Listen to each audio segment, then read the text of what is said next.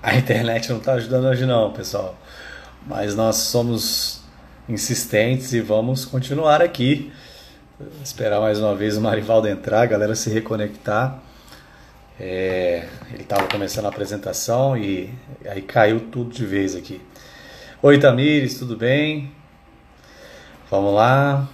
Esperar o Valdo entrar aqui. Tá caindo toda hora aqui a internet, hoje não tá boa não. Mas vamos lá, vamos tentar mais uma vez. Esperar o Marivaldo entrar. Agora melhorou, né? Eu acho que deu uma estabilizada. Vamos ver se está certo com o Marivaldo também. Tudo bem, Carla? Tá aqui o Yamelison também entrando. Esperar o Marivaldo se reconectar. Pronto, acho que já está aqui conosco. Vamos ver se tem estabilidade aí nessas conexões.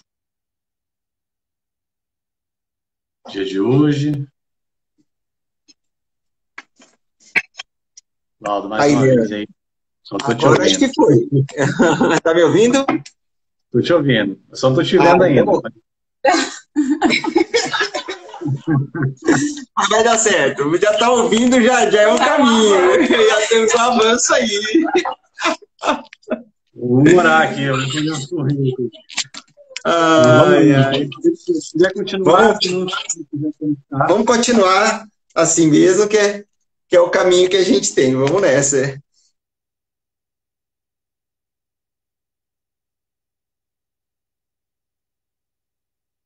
Perdi aqui, não tô te ouvindo. Ah, garota. Agora sim. Bom, Leandro, então, como eu não sei se pegou essa parte, enfim, eu tenho usado muito da experiência que eu acumulei com a gestão pública no âmbito do governo federal, e foi um momento também em que a gente trabalhou em vários desses instrumentos que tem hoje para que os cidadãos possam exercer o seu controle social, sua cidadania sobre o poder público, para acompanhar essa gestão aqui do DF, né? Uma gestão, como você mesmo colocou, que é uma verdadeira crise dentro da crise humanitária, né, da crise grave de saúde que a gente vive. Então, entre esses instrumentos que a gente tem usado muito, tá a lei de acesso à informação, tá o uso do direito de petição por meio de representações ao Ministério Público, à Defensoria Pública e à ação popular. É importante colocar que vem ocorrendo um processo de mobilização na sociedade, que inclusive você está inserido, de preocupação cada vez maior com a forma com que o governo do GDF vem conduzindo a crise. Se a gente for pegar, desde o início da pandemia, nós tivemos uma postura que, pode-se dizer sem nenhum exagero, absolutamente caótica e contraditória do governador. Vamos pegar. No início da crise, o DF foi o primeiro a fechar tudo. Decretou o fechamento de tudo. Algumas pessoas criticaram. Eu confesso a você que eu não critiquei. Algumas pessoas falaram, nossa, isso é um absurdo. Falei, velho, se você vai pegar um avião, alguém vem e diz, olha, tem uma porca ali naquela turbina que não tá legal, o avião pode cair, é melhor não vá. Não vou, tá certo? A vida está acima de qualquer coisa. E a saúde tem como pressuposto o princípio da precaução. Né? Você não pode pagar para vir na saúde. Não existe isso. Em saúde você não paga para vir. Uma vida importa e importa muito. E é por isso que muitos especialistas na área de saúde, quando escutam o Osmar Terra falar aquelas aberrações, a teoria da imunização do rebanho, que pressupõe a morte de milhões de pessoas para que a sociedade possa conviver com o vírus, é por isso que todo mundo fala, cara, esse cara, assim, o Ivan Valente até representou o Osmar Terra no Conselho de Medicina por causa dessa fala, que um médico não pode falar uma coisa dessa. Toda vida importa. Toda vida importa. Mas, pois bem, depois de ter sido um dos pioneiros no fechamento, o governador Ibanez, a partir do diálogo com o governo Bolsonaro, de uma tentativa de aproximação com o governo Bolsonaro, resolveu fazer da gente laboratório das teses estapafúrdias de quem está comandando o governo. Então começou de uma reunião, saiu dizendo, olha, não, vamos ter que reabrir. E aí, de repente, começou até o termo de minimizar a pandemia como se fosse uma gripe, ele acabou repetindo. E aí ele começou a abrir. Quando ele anunciou a primeira vez que abrir, eu cheguei a entrar com uma ação popular. Uma ação popular que pediu o seguinte, que ele fosse responsabilizado pelo impacto que essa medida teria no sistema de saúde. Porque, veja, isso significa mais recursos públicos para atender uma demanda que o sistema público não está preparado. Ao contrário do que o governador prega, o sistema de saúde do DF sofre um sucateamento de anos e tem uma dificuldade muito grande de fazer frente à demanda ordinária. Imagine numa pandemia. Desistir dessa ação porque o Ministério Público conseguiu uma ação suspendendo, né? Conseguiu uma decisão suspendendo. E aí essa decisão subiu, aí começou aquela batalha judicial na Justiça Federal, né? No decorrer disso, a gente começou a articular, conversando com a Maninha, que você conhece bem, que é especialista na área de saúde, depois secretária de saúde do DF, conversando com os companheiros do PSOL, nós decidimos cobrar o governo do Distrito Federal que exigisse do presidente da República e de seus apoiadores o uso da máscara. Veja, o governador editou um decreto dizendo, olha, eu vou reabrir, mas fica tranquilo que todo mundo vai ter que usar máscara e respeitar o distanciamento. Mas essa medida não foi cobrada nem do presidente, nem dos seus apoiadores. Pior, com o decreto em pleno vigor, o presidente da República foi até o Detran sem máscara, e teve contato com as pessoas, foi até a Secretaria de Segurança Pública sem máscara, e nada aconteceu. Questionado, o governador disse que não multaria o presidente da República. Ocorre que, no Estado democrático de direito, o gestor ele não decide se aplica ou não a lei. Ele tem que aplicar a lei, e tem que aplicar a lei igualmente para todos, né? Veja, o Detran, inclusive, faz parte do grupo de trabalho responsável pela fiscalização do uso da máscara. O presidente foi até lá, nada aconteceu. Pois bem, depois disso, nós fomos 2 vezes ao Ministério Público, cobrando o Ministério Público que acione o GDF para que aplique a multa em relação às autoridades do governo federal, que, na verdade, assim, não é só que anda sem máscara, isso tem um impacto muito grande na população, porque aponta para a população que o problema não é tão grave quanto ele efetivamente é. E isso estimula com que as pessoas também não usem máscara e faz com que elas se exponham a risco de contaminação. Por isso a importância dessa multa. Depois de nós reclamarmos, questionarmos, vimos ao Ministério Público 2 vezes, teve aquela primeira multa que foi a do Weintraub, pouco antes dele fugir para os Estados Unidos. Numa outra articulação também, junto com o Max Maciel e outros companheiros do PSOL, nós pedimos ao Ministério Público e também à Defensoria Pública que exigisse do GDF, do Governo do Distrito Federal, que indenizasse as famílias das vítimas da Covid-19. Isso porque, de acordo com a Constituição, quando o Estado causa um dano a alguém, ele é obrigado a indenizar, ele é obrigado a reparar esse dano. E se esse dano foi por culpa, negligência, por dolo, enfim, foi causado pelo gestor, ele tem que responder na sequência. Baseado nisso, nós pedimos que o GDF, em razão de promover uma reabertura da economia quando a pandemia está atingindo seu auge, que ele fosse responsabilizado pelas mortes, responsabilizado por indenizar essas famílias, e depois esse custo fosse cobrado do governador.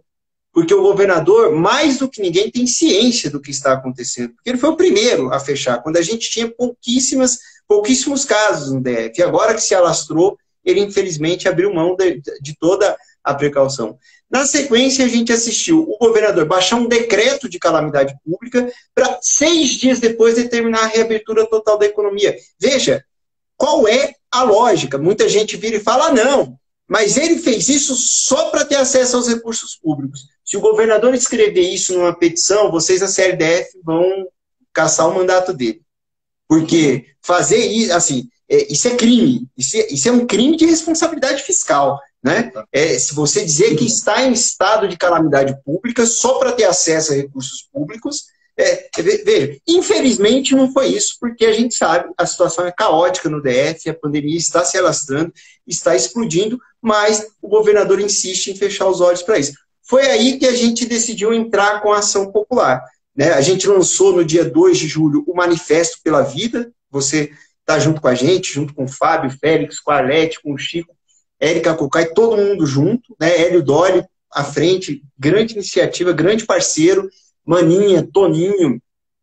Nós lançamos o manifesto rapidamente, a gente juntou mais de 16 mil assinaturas e na sequência a gente decidiu entrar com essa ação popular apontando a contradição entre o decreto de calamidade, a abertura total do comércio e a mais absoluta ausência de qualquer estudo que aponte para a segurança da população do Distrito Federal. E aí entramos com essa ação popular, o juiz, numa decisão perfeita, uma decisão absolutamente fundamentada, que não invade o poder de decisão do governador, acolheu a liminar e determinou que o governador apresentasse os estudos em até 24 horas, sob pena de revogação do decreto.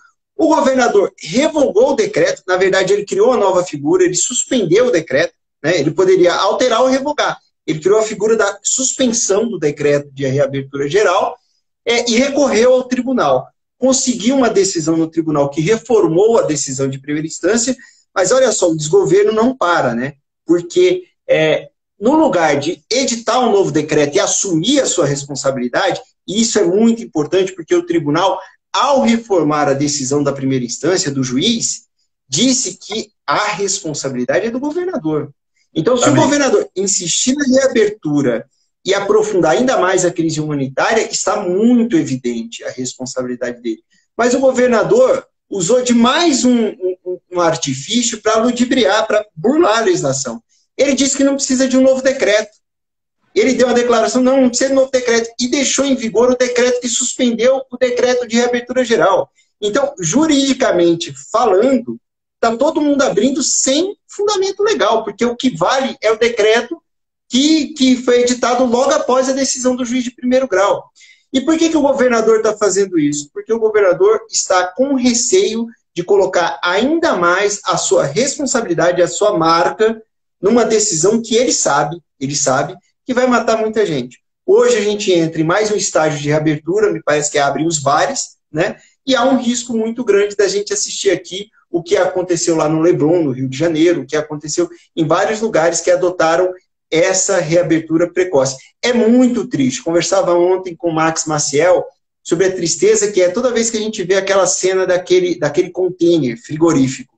É muito triste o que está acontecendo. É muito triste. Mais triste ainda, exatamente, patrocínio da JBF. E aí é muito triste a indiferença do governador em relação às vidas que a gente está perdendo. Mais triste ainda é que essa situação está acontecendo principalmente com as famílias mais pobres. Mais pobres. E quando a pandemia estava aqui na área mais rica, no plano, parece que assim, aqui a gente tinha todo o cuidado do mundo, peraí, não pode. Agora, que está na periferia, não tem problema. Não tem problema essas mortes. Isso é muito triste o que está acontecendo aqui no Distrito Federal. E aí, para finalizar, Leandro, na última sexta-feira, o juiz do primeiro grau reafirmou a necessidade de um novo decreto. Então, hoje a situação do jeito que está em desacordo com a decisão sobre o que deveria ser feito caso o governador quisesse prosseguir com a reabertura. E vale destacar também, e aí para vocês que estão na CLDF, isso é um ponto importante, que o presidente da CLDF entrou no processo, ele entrou no polo passivo do processo para defender a reabertura total. Então, vale muito uma cobrança sobre essa postura, se essa postura tem o efetivo respaldo dos parlamentares, que eu tenho certeza que não, está todo mundo muito preocupado com o que está acontecendo com as vidas que a gente está perdendo em razão da pandemia.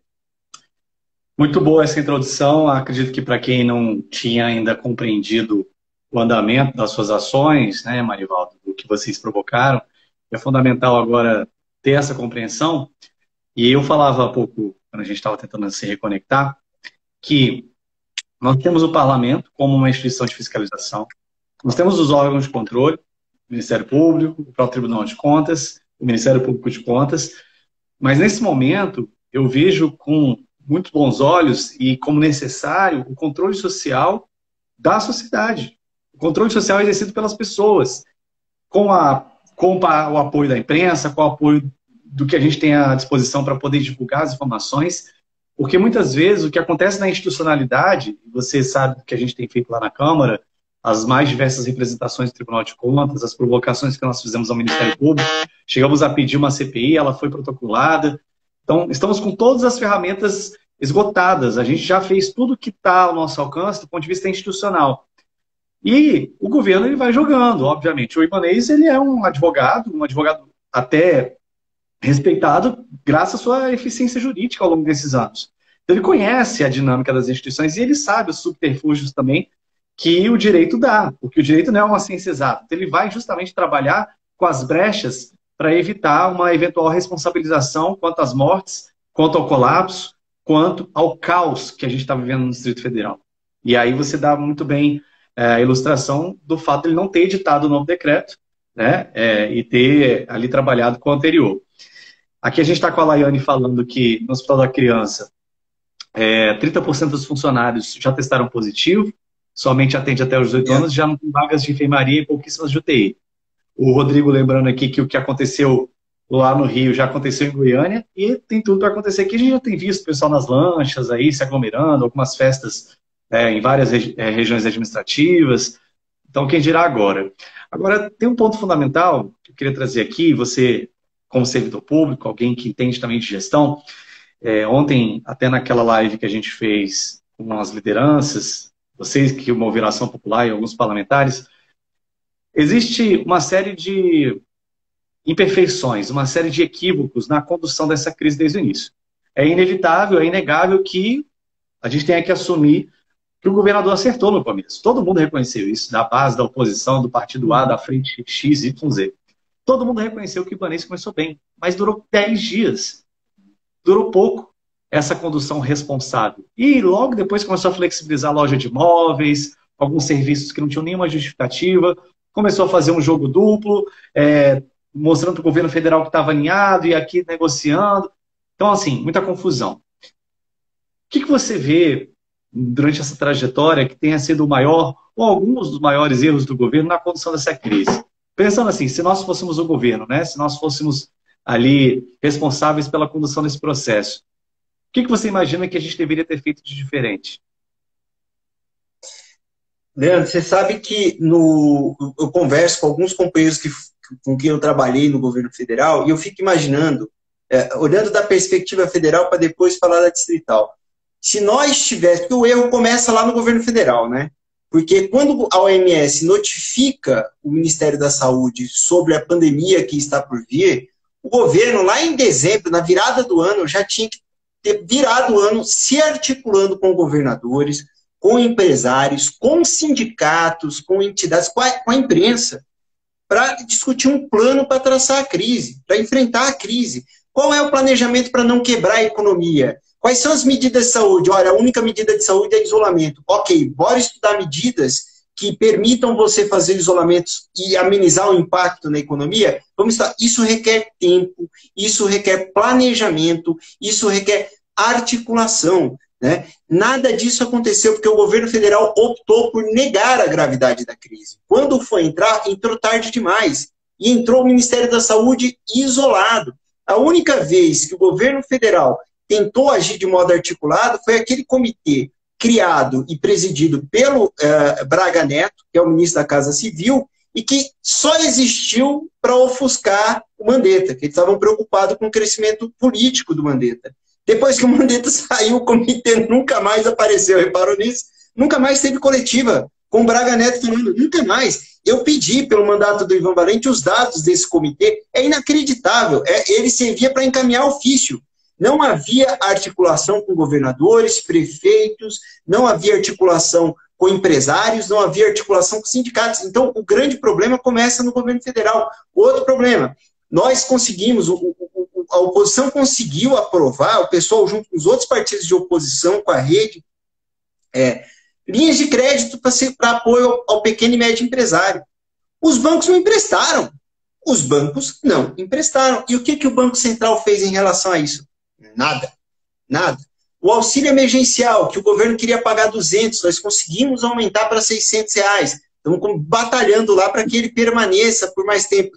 Essa foi uma medida positiva para resguardar as pessoas. Mas tudo foi sendo aprovado muito mais por um protagonismo do legislativo do que do executivo. E isso dificulta muito, muito, porque o executivo tem os instrumentos de articulação, o executivo tem uma visão mais global, e esse é o papel do executivo. Infelizmente não aconteceu, porque o executivo boicotou, aliás, o executivo agiu contrariamente aos governadores. Né? O executivo tentou boicotar o tempo todo os governadores e prefeitos que tentavam adotar o isolamento social.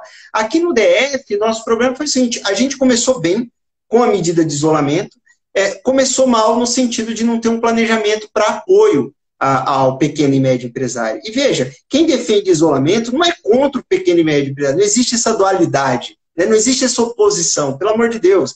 Né? O pequeno e médio empresário é responsável pela maior parte dos empregos hoje no país. Se ele quebrar, todo mundo sofre. Então ninguém quer quebrar empresário não, pelo amor de Deus. Tanto é que a gente conseguiu aprovar linhas de créditos que dessem esse suporte. Agora, veja, na medida em que o único remédio para evitar que o número de mortos seja ainda maior é o isolamento social, não tem como você fugir disso. É dar murro em ponta de faca, fugir disso. E quem fugiu disso teve que caminhar por uma medida ainda pior para a economia, que foi o que a gente assistiu na Itália, foi o que a gente assistiu na Espanha, que foi o fechamento total e por mais tempo. Hoje era para a gente estar pensando em como reabrir daqui a um mês, como é que vai reabrir, se a gente tivesse feito, como você falou, levado a sério a pandemia, como a gente fez nos primeiros 10 dias. Então faltou planejamento, faltou gestão, mas principalmente, e aí considerando, porque quando o Ibanez desiste de tratar a crise com responsabilidade, foi muito mais uma jogada política do que uma decisão preocupada com a população. E é muito cruel pensar que alguém possa colocar em risco a vida da população simplesmente por um cálculo político de apoio ao presidente da República, de adesão ao presidente da República, para implementar aqui as teses mais estapafúrdias do mundo sobre a pandemia. É isso que nós estamos assistindo e é por isso que o DF está disparando no número de mortos. Isso é muito triste. De forma bem objetiva aí também, pensando do ponto de vista institucional, uma avaliação política, o próprio Alisson está levantando se os conflitos entre o Executivo e o Judiciário podem levar a uma quebra democrática, né? Como é que você avalia isso? Eu tenho uma visão, mas eu queria te ouvir primeiro, eu acho que é uma pergunta interessante. Olha, o Judiciário não pode ocupar o papel do Poder Executivo. Porém, o Executivo ele tem que seguir a lei. E quando ele não cumpre a lei ou a Constituição, é papel do Judiciário intervir, sim. Sim, veja, uma decisão que coloque em risco a vida, né? Veja, a dignidade da pessoa humana está lá, né? Artigo 1º da Constituição está lá, os princípios fundamentais, o direito à saúde está lá na Constituição. Então, assim, veja, o governador diz, não, isso quem decide, veja, o governador não tem o direito de escolher quem vive ou quem morre. Ele não pode. Se ele toma uma decisão, ele tem que decidir sempre baseado no interesse público. Quando ele foge disso, essa decisão é passível de ser anulada pelo Poder Judiciário. Está lá na lei da ação popular e é decorrência direta da própria Constituição. Então, esse papo do Ibanez de que o Judiciário está invadindo minha competência, governador, o senhor pode muito, mas não pode mais do que a lei, não pode mais do que a Constituição, não pode ir contra o interesse público. Muito bem. E vale lembrar também, né, Valdo, que muita gente tem falado, vejo alguns colegas nossos do ambiente político, algumas lideranças públicas, falando de um suposto ativismo do Judiciário. Parece que as pessoas esqueceram que o Judiciário também ele só atua quando ele é provocado. O Judiciário não pode atuar de forma autônoma, de forma voluntária. Ele sempre responde a uma provocação. Quando alguém entra com uma ação, ou um cidadão, uma entidade, ou um Ministério Público provocam o Judiciário, alegando alguma ilegalidade, alegando alguma situação que, como você bem colocou, confronta a Constituição, fere os limites dos poderes. Então, acho que é muito importante destacar isso. Eu tenho visto vários deputados, inclusive, gente que ocupa cargos importantes, falando a gente tem que combater esse ativismo do Judiciário. Gente, o Judiciário ele não é ativo, ele não é ativista, ele reage a quando tem uma provocação, uma ação impetrada por um determinado indivíduo, seja pessoa física ou pessoa jurídica, no caso de uma entidade, uma associação, até mesmo um partido político. Valdo, eu queria falar com você agora sobre um valor, um princípio importante da administração pública, que é o princípio da transparência. A gente tem visto aí na história do Brasil movimentos intitulados movimentos anticorrupção, que hoje já estão no poder e acabando justamente com a transparência. Quando fala-se de combate à corrupção, e a gente está tendo uma série de escândalos no DF e no Brasil em relação à saúde, eu só consigo pensar um antídoto, que é a transparência. Você não vai nunca acabar com a corrupção porque é um problema da cultura, não é um problema da política, é um problema das relações sociais como um todo. Mas você inibe a corrupção quando você consegue esticar a transparência, dar mais visibilidade para as ações do poder público, não só sobre o que ele está fazendo, mas também por que ele está fazendo. E aí, a gente tem observado aqui no DF, por exemplo, denúncia de teste rápido que não condiz com aquele que foi entregue, né? O GDF comprou de uma qualidade, mas lá na ponta, no almoxarifado, tem outra. A gente tem denúncia sobre sobrepreço, a gente tem denúncia de superfaturamento, a gente tem denúncia de desvios de respiradores. São muitos problemas que estão acontecendo hoje na saúde pública do DF. A gente não está falando do Amazonas, a gente não está falando de Pernambuco, a gente não está falando de Santa Catarina. A gente está falando daqui. Como que você enxerga a importância da transparência nesse momento para o controle social, para que as pessoas também, inclusive, tomem uma conduta, assumam um comportamento mais responsável? A questão dos leitos de UTI é outro problema, né? O que a gente tem é um dado que foi divulgado na Secretaria e o outro que estava lá na Central de Regulação que o Ministério Público e a OAB detectaram. Diferente. Então, qual a importância da transparência agora? A gente saber realmente o que está acontecendo, quanto está sendo gasto, quantos leitos de UTI, por que o governo está fazendo determinadas coisas para um bom comportamento da sociedade como um todo diante dessa crise.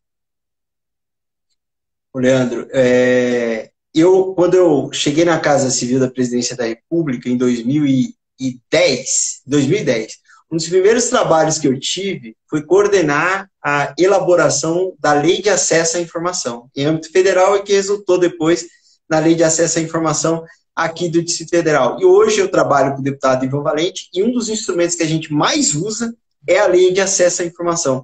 E uma coisa que é assustadora é como essa radicalização que a gente está assistindo, esse flerte autoritário, vem se concretizando no fechamento do Estado, né? Cada vez mais a gente vê o poder público usando artifícios para não dar informação.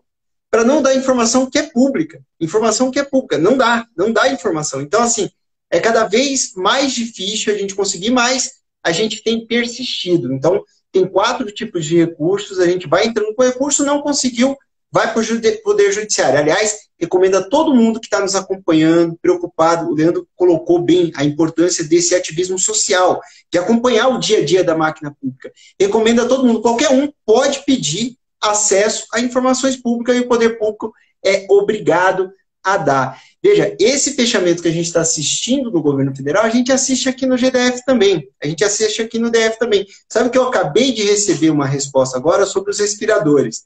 E aí, no lugar de me informar as aquisições de respiradores desde janeiro de 2019, quem eram os fornecedores, me mandaram a lista com todo o patrimônio da Secretaria de Estado de Saúde do DF. Eu falei, não foi isso que eu pedi. Então, assim, quando você vê uma preocupação muito grande em esconder informação, em não dar informação do poder público, você pode ver que aí vai ter confusão, aí vai ter rolo, aí vai ter... É muito preocupante. Então, assim, esse é um ponto que a gente tem que lutar muito. A democracia sem transparência não existe. Exercício da cidadania sem transparência não existe. Nós temos que cobrar muito. Ibanez vai seguindo o mesmo caminho de Bolsonaro ao esconder informações, ao não tratar a crise com a transparência devida. Falava sobre isso com uma pessoa hoje, uma amiga advogada, sobre o problema de você ter que fazer várias aquisições de alto valor no meio de uma pandemia. No caso dos respiradores, a gente viu uma busca, uma demanda muito maior do que a oferta, o que acabou fazendo com que o preço subisse, né? Veja, pode até ser que em alguns casos você tenha pago mais, pago menos por determinado equipamento ou determinado insumo em razão disso. Mas, mesmo assim, isso tem que ser feito com transparência. Não pode ter nada da administração pública que você não tenha condições de explicar para o cidadão. Porque, afinal de contas, você não está ali por sua conta. Você está ali por ele. Então, essa transparência e essa busca, essa curiosidade da população em querer saber, esse reconhecimento, esse conhecimento da população sobre o direito que ela tem de saber essa informação é fundamental para prevenir a corrupção. E é muito melhor você prevenir a corrupção do que depois instaurar processo judicial, aí tem toda aquela prende, não sei o que, nunca recupera. Ou seja, quando chegou nisso já perdeu. É muito melhor a gente agir antes e o gestor estar ciente de que todo mundo está olhando o que ele está fazendo e que ele tem que ter condições de justificar cada uma das decisões que ele toma em nome de toda a população. Exatamente, porque depois que acontece a fraude, depois que acontece o desvio, aí você vai recuperar o dinheiro, você vai recuperar o dano, isso já virou caixadores de campanha, isso já virou uma série de outras situações que fica impossível você resgatar e ressarcir o cidadão, né? Porque a gente está falando de dinheiro do tributo, dinheiro que principalmente os mais pobres pagam, que é quem paga imposto de verdade nesse país é o pobre, não é o rico, e que depois a gente não consegue reaver. E, de fato, a gente está muito preocupado com essa questão aqui. O governo deixa de responder vários requerimentos de informação. O GDF vem inferindo a Lei de Acesso à Informação permanentemente. Ano passado, nós denunciamos o Ministério Público, fizemos o Ministério Público para que apresentasse uma denúncia contra o antigo secretário de Saúde, Osnei Okumoto, porque eles ficaram mais de 100 dias sem responder um requerimento de informação da Câmara relativo à atenção primária. Né? E a gente já está com outros atrasados aqui. E a gente tem lembrado o GDF, olha, se vocês não responderem as perguntas que a gente faz, é crime de responsabilidade. E parece que eles estão assim, desculpa o termo, né, mas estão cagando para eles, não estão nem preocupados, não estão nem um pouco em alerta. Assim. Então, é muito triste que, pleno século XXI, depois da LAI, né, da Lei de Acesso à Informação, depois de tantos instrumentos que a gente conseguiu desenvolver na gestão pública, ainda há governantes que desrespeitam a lei e que não levam a sério esse valor, que é um valor fundamental, como você bem disse, para a democracia. A transparência, não é para a gente ficar enchendo o saco, não é para a gente poder ter noção de como as coisas estão sendo conduzidas. E aí, Valdo, eu queria agora chegar num outro ponto, que é relativo a essa perspectiva da desigualdade e da pobreza. Né? São coisas distintas, mas estão entrelaçadas. A gente está tendo tanto o aumento da pobreza extrema, que tudo indica, a gente já está vendo isso no Brasil, em outros países do mundo. Aqui no DF a tendência também é. E aumenta-se a pobreza, também aumenta-se a desigualdade. Por quê? Porque os ricos, nesse momento, como tem mais gordura, como tem investimento de capital, como eles têm uma série de fontes de renda que não estão sendo afetadas pela crise, vão passar pela crise com zero ou muito pouco prejuízo, enquanto que os mais pobres, como estão perdendo seus empregos, como não estão tendo acesso aos auxílios, às ações de assistência social, vão entrar num nível maior de vulnerabilidade.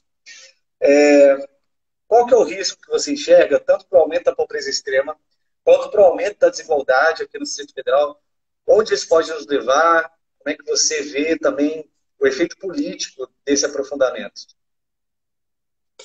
Esse é mais um ponto que o governador deixa muito a desejar, né? A gente viu no ano passado o governador fazer uma gestão muito grande para reduzir o IPVA e aumentar o valor da passagem, ou seja, que é uma medida absolutamente, né, regressiva, né? Ou seja, é beneficiar muito mais quem paga altos valores de IPVA, né, e prejudicar quem anda de ônibus. Então, é uma medida assim, impensável numa sociedade tão desigual quanto a nossa. E essa desigualdade tende a aumentar agora com a pandemia, porque, infelizmente, a sociedade com isolamento social tem impacto na economia.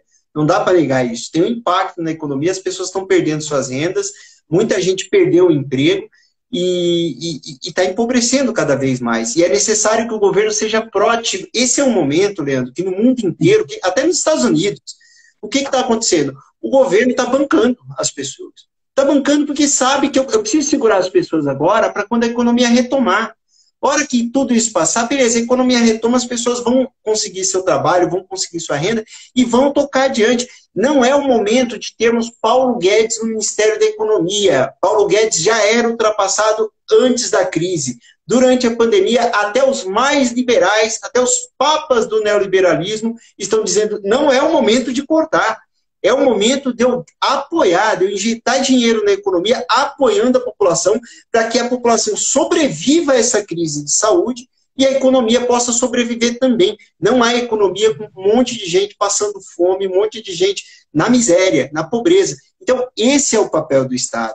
Veja, aí agora o que a gente está assistindo? O Paulo Guedes vindo com a sua receita de sempre.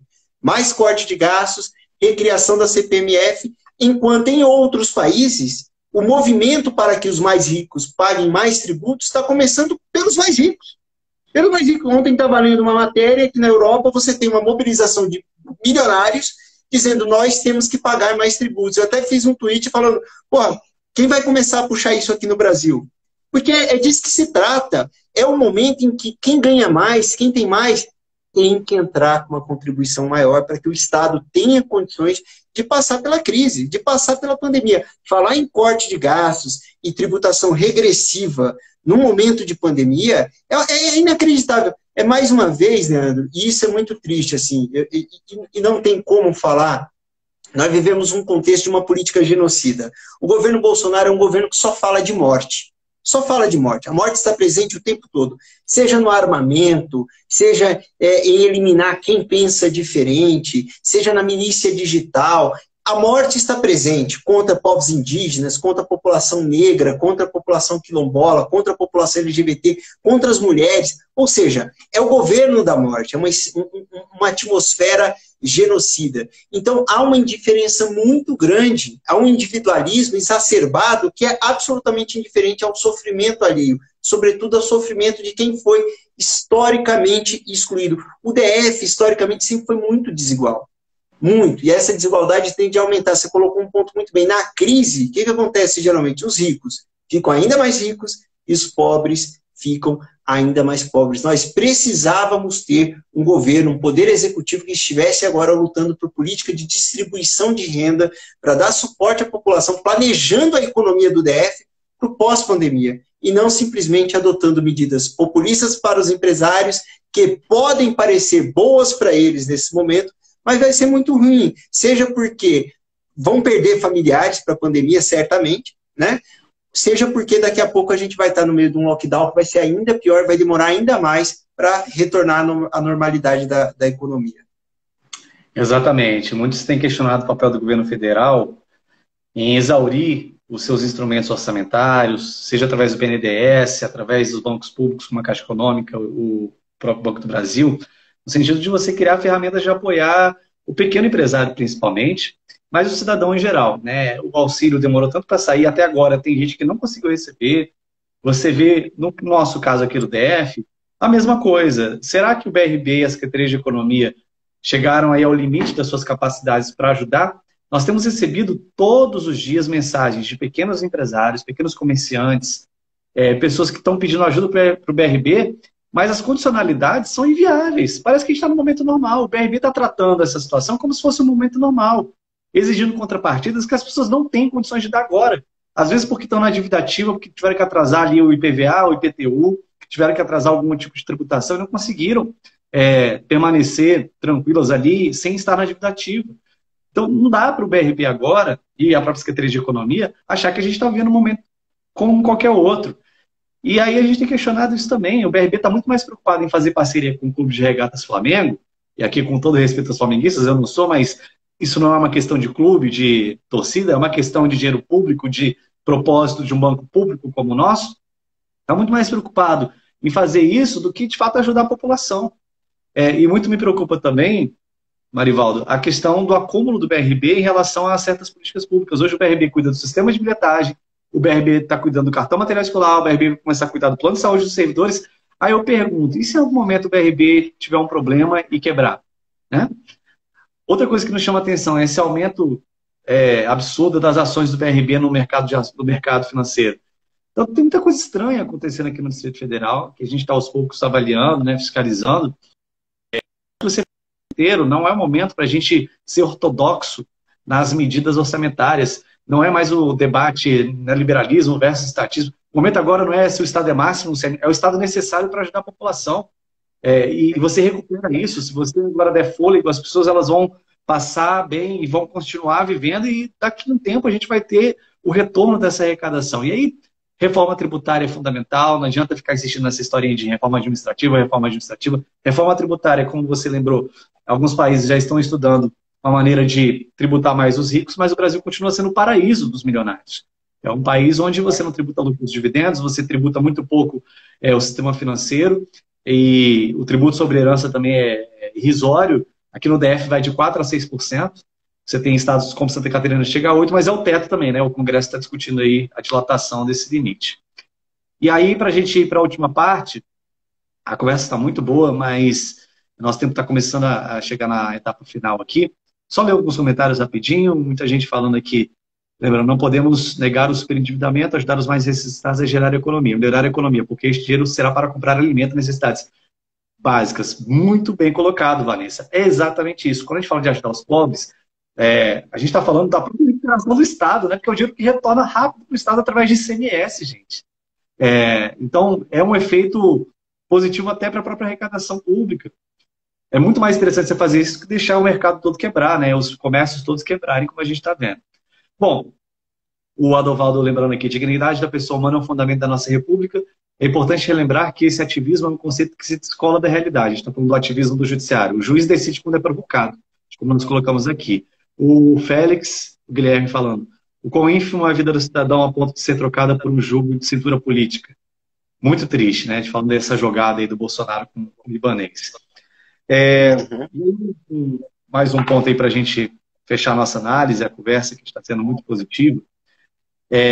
Como é que você vê o papel agora das lideranças políticas? A gente está tentando criar aqui no DF uma articulação, e aí eu vou fazer até um desabafo aqui. A gente já conversou sobre isso, você sabe a minha visão, mas eu encontro vários obstáculos. Eu vejo que nós precisamos quebrá-los do ponto de vista de vaidade, do ponto de vista de excesso de protagonismo, de todo mundo querer ser o dono da pauta, todo mundo querer ser o defensor disso, daquilo. Acho que é o momento, para aqueles que são responsáveis, republicanos, têm compromisso com a democracia, é o momento da gente se unir, estabelecer convergência e se apoiar mutuamente nas diversas ações que todo mundo está realizando, para aumentar a transparência, para fortalecer o cuidado com os mais vulneráveis, para a gente ter assistência social forte, para a gente ter democracia. Como é que você vê agora o momento político? Qual que é o papel das lideranças públicas? Qual que é o papel dos partidos políticos sérios desse país? Porque a gente sabe que tem muito partido político careta. Qual que é o momento, qual que é a responsabilidade nossa nesta etapa da história, nesta etapa do país? Como é que você se vê também, você que é uma liderança pública, você foi candidato ao Senado, teve muito voto, as pessoas continuam te acompanhando, você tem uma atuação partidária importante, a gente tem dialogado, né? Não só os partidos que são ditos progressistas, de esquerda, mas partidos também que são considerados mais de centro, centro-esquerda. Existe hoje uma unidade em defesa da democracia e de uma posição responsável diante da crise. Qual que é a sua visão sobre isso? Qual que é o papel dos líderes políticos e dos líderes públicos de forma geral nesse momento? Eu acho que as pessoas responsáveis do país, Leandro, devem eu espero, que se espera delas, é que tenham consciência de que a gente chegou muito perto do limite de perder a democracia. Chegamos muito perto disso. Houve um recuo agora, está havendo ali um reajuste, mas a gente tem no poder hoje, parte das pessoas que estão no governo federal flertam abertamente com uma ruptura democrática. E nós não temos nenhuma chance, nenhuma vez de influenciar, de dialogar, até mesmo de opinar, de ter voz sem democracia. Então a democracia é um valor que a gente tem que ter muita consciência da necessidade de unidade para preservar a democracia. Então esse é um pressuposto que por si só já deveria nos unir muito antes da pandemia. Agora surgiu um outro fator que é ainda mais grave, que é a pandemia. Veja, se a gente não tiver condições de dialogar, de conversar, de caminhar junto, nem para impedir o avanço de uma política genocida, o que a população pode esperar da gente? Né? A gente não merece ser reconhecido como uma liderança política, não merece ser reconhecido como alguém que possa representar qualquer interesse se a gente não colocar a vida das pessoas em primeiro lugar. A vida dessas pessoas tem que estar em primeiro lugar. E acho muito importante essa mobilização em torno do Manifesto pela Vida. Porque foi um manifesto, e a última live que a gente fez, cara, reuniu um monte de gente ali que pensa diferente, mas todos ali foram unânimes em defender a vida, em denunciar uma política genocida que está em andamento aqui no Distrito Federal. Então, se nós não tivermos consciência da importância desse tipo de movimento, da importância de se construir pontes, da importância de retomar o diálogo. Veja, nós estamos em partidos distintos, mas, cara, pelo amor de Deus, por que eu não posso conversar com você? Eu devo conversar com você. Se eu quero fazer política, eu devo conversar com você. E a gente tem que buscar convergir o máximo possível em defesa do interesse da população. Veja, nós vivemos numa unidade da federação, uma das mais desiguais do país. Nós estamos no auge de uma pandemia. Se a gente for começar a achar, não, mas eu não... a caçar motivo para não dialogar, assim, acho que a gente não percebeu que nós estamos perdendo esse jogo de goleada. E nós estamos perdendo o jogo de goleada. Infelizmente, essa é a grande realidade. As pessoas que pensam o bem do país, todas elas que realmente têm um compromisso com o bem do país, com a melhoria da qualidade de vida, embora divirjam por qual caminho seguir, estão perdendo de goleada. Porque o que a gente está assistindo hoje é o avanço da extrema-direita, que não tem nenhum compromisso com a democracia, ansiosa para dar um golpe e concentrar o poder na mão do Bolsonaro e promover uma política que concentre cada vez mais a renda e enterre de uma vez por todas todos os avanços históricos da população negra, da população LGBT, das mulheres, dos povos indígenas, dos quilombolas. É isso que a gente está assistindo, é contra isso que nós estamos lutando. Então, assim, ou a gente cai na real, começa a dialogar e construir consensos, ou nós vamos continuar perdendo de 7-1. É isso que eu avalio, e daí a importância de iniciativas como esse nosso bate-papo, como o Manifesto pela Vida, e outras iniciativas que buscam aproximar pessoas para dialogarem cada vez mais. Democracia é isso, é buscar a conciliação de interesses por meio do diálogo, buscar decisões por meio do diálogo, e não pelo autoritarismo. Quem prega o autoritarismo, quem prega a eliminação do oposto, são eles. É a extrema-direita, é o lado de lá, isso já está identificado. Nós, do lado de cá, temos que buscar cada vez mais diálogo e mais diálogo. Vamos concordar com tudo sempre? Não, mas sempre vamos continuar dialogando, porque temos como pressuposto de nossa atuação política a democracia. Perfeito, muito bom, é isso aí. Diálogo sempre. E até mesmo, às vezes, com aqueles que não querem dialogar, mas a gente sempre se coloca à disposição, a gente sempre tenta, né? Não é porque a gente fiscaliza, não é porque a gente cobra, não é porque a gente aponta os equívocos que a gente nunca está disposto a colaborar. Eu acho que o momento, para quem não é governo, que é o meu caso, é o seu caso, o caso dos nossos partidos, nós não somos governo, mas nós temos um papel de responsabilidade perante a população. O próprio Elias está colocando aqui, né? Diante de tantas pessoas desempregadas que estão trabalhando nas ruas, o que vocês têm a propor, qual que é o projeto, o que fazer, né? Eu vou falar aqui do caso da Câmara, mesmo não sendo da base do governo, nós votamos favorável a todos os auxílios que foram criados. A gente votou favorável ao cartão alimentação, a gente votou favorável agora ao auxílio do GDR, votei favorável ao cartão material, tudo que o governo cria, que é para ajudar os trabalhadores, a gente tem apoiado. A única exceção foi o Refis, porque o governo criou um Refis não para apoiar os pequenos comerciantes, ele criou um Refis para apoiar os milionários, que não pagavam seus impostos aqui no DF há mais de 20 anos. E isso a gente não vai aceitar, porque Refis não é para ajudar milionário sonegador, Refis é para ajudar pequeno empresário. E a gente fez alterações do projeto e o governo não aceitou, porque a gente estava baixando a régua, né? O Refis era para um determinado valor abaixo. Então, assim, existem dois tipos de oposição. Acho que a gente tem um tipo de oposição que durante um tempo no Brasil foi feita e que já passou, já está ultrapassada, que é a tal da oposição sistemática, é a oposição que vai contra tudo e contra todos. Mas hoje, quem não é governo, tem observado, pelo menos aqui no DF, nosso comportamento é de uma oposição programática. Quando a gente não concorda, a gente aponta o caminho.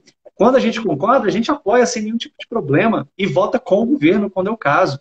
Como a gente lembrou no início da conversa, o Ibanez acertou no início. Todo mundo reconheceu isso, mas depois errou. A gente tem que apontar, não para que ele continue errando ou para que ele simplesmente se defenda das acusações, das críticas, mas para que ele conserte a rota. A gente quer que um governo acerte, a gente quer que o governo faça a coisa certa, que ele consiga, de fato, ajudar a população. A gente está torcendo contra. Né? Quando o Marivaldo, o Hélio, o Leandro ajuizam uma ação popular, não é porque eles estão contra o empresariado, contra os comerciantes, pelo contrário. A gente está vendo aí, por exemplo, alguns shoppings que reabriram já estão pensando em fechar porque o prejuízo é maior. Em termos de manutenção das coisas, de ter que manter tudo funcionando, às vezes é maior do que a quantidade de pessoas que estão indo lá comprar. Então, assim, é preciso a gente ter muita cautela, muita responsabilidade, tem aí a situação do retorno às aulas também, enfim. Tem muitas variáveis que têm que ser absolutamente cuidadosas e bem acompanhadas. E aí, Valdo, para a gente finalizar, passar a palavra para você deixar o recado e a última colocação sua, sua última fala. Leandro, agradecer demais o convite para essa conversa, adorei o nosso papo. Quero repetir mais vezes, foi muito bacana. Eu gosto muito de você, admiro muito sua atuação, quero te parabenizar. Queria aproveitar para mandar um abraço muito forte para os companheiros que construíram esse Manifesto pela Vida, ingressaram comigo com essa ação, Hélio Dorli, Rubens Bias, o Leandro Couto, Nós fomos ameaçados em razão dessa ação, em razão da decisão. Hoje, inclusive, fui fazer o depoimento lá, fui prestar depoimento na delegacia em razão dessas ameaças. Vou seguir adiante com isso, até para demonstrar que na democracia você pode divergir, agora você resolve isso no diálogo, no debate, não na ameaça, não na violência física. Os companheiros ficaram firmes nessa postura, nessa luta, e a gente vai seguir adiante. Quero mandar um abraço para o meu companheiro de partido, o deputado Fábio Félix, que junto contigo tem tido uma atuação muito bacana e fundamental para a população do DF na CLDF. Um abraço especial para a Maninha, para o Toninho, com quem eu tenho dialogado muito durante toda essa crise e temos debatido muito sobre os rumos que o Ibanez vem tomando aqui e temos nos assustado muito, mas sem perder o vigor, sem perder a energia, sem perder a esperança e a energia para lutar em defesa da vida, para seguir adotando todas as medidas que pudermos para atuar em defesa da vida. E sempre é muito bom, toda vez que a gente está atuando, ter você junto com a gente está junto, ter a certeza que a gente está do lado certo, que a gente olha para o lado e vê pessoas como você. Muito obrigado pelo convite, um abraço a todos que nos assistiram aqui. Obrigado, Marivaldo. Também quero dizer aqui da minha admiração por você, pelo seu trabalho, o quanto que você representa para diversos segmentos, né? O quanto que a sua história ela é uma história que testemunha esse espírito republicano, esse compromisso com a democracia, e sem dúvida a gente vai estar junto, sim, nesses momentos fundamentais de defesa do povo, de defesa dos direitos, e dizer que a gente vai seguir aqui trabalhando. É fundamental, como nós colocamos no início, que todo cidadão, toda pessoa exerça o seu controle social, exerça o seu papel de fiscal do poder público, seja do executivo e também do legislativo, do próprio judiciário, na medida que, às vezes, até o próprio Estado desrespeita a lei, né? O Estado, muitas vezes, ele infringe o que a Constituição manda, e é para isso que a gente tem a possibilidade de acionar o Ministério Público, de acionar os órgãos de controle e exigir uma resposta responsável. Então, Valdo, obrigado pela conversa, foi maravilhoso. O pessoal aqui gostou bastante, várias mensagens de apoio aqui, de agradecimento. Dizer que o nosso mandato segue aqui à disposição, gente. Quem quiser mandar mensagem, quem quiser comunicar algum problema dentro do território, dentro da área que atua, entre em contato, a gente está sempre atento aqui, recebendo as demandas. Marivaldo, um grande abraço para você, fica bem, força aí para todos nós e vamos em frente, meu amigo. Um abração. Valeu, um abraço, gente. Obrigado. Tchau, tchau.